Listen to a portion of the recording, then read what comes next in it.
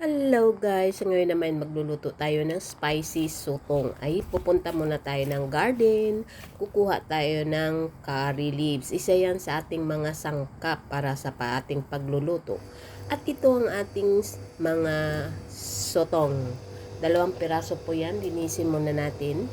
Tanggalin natin yung kanyang balat. Yung ano ba yan? Yung silky skin niya. Yan ang fishy smell sa ating sotong. Ayan, nalinis na. I-cut lang natin ng cross cut. Ayan, nagpainit na tayo ng tubig at kumulo na nga at atin nang ipaparboil yung ating sotong, ang ating octopus, anong tawag dyan? Pusit. Ayan.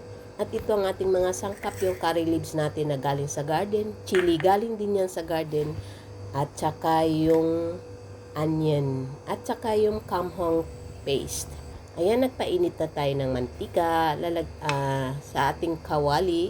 At ayan na, ilalagay na natin, igigisa na natin ang ating sibuyas. Isunod na natin ang 2 pang sangkap na curry leaves at saka chili para sabay-sabay ng lumabas ang amoy. Ayan, at pagkatapos niyan mga loves ay ilagay na natin ang ating kamhong paste. Ibig sabihin ay spicy na mabango.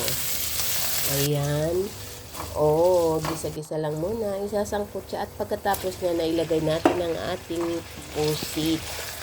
Ayan na guys. Luto-luto lang. Isasangkot siya lang natin hanggang sa mabalot lahat ng spiciness ang ating sotong. Ayan na ang finished product. Yummy!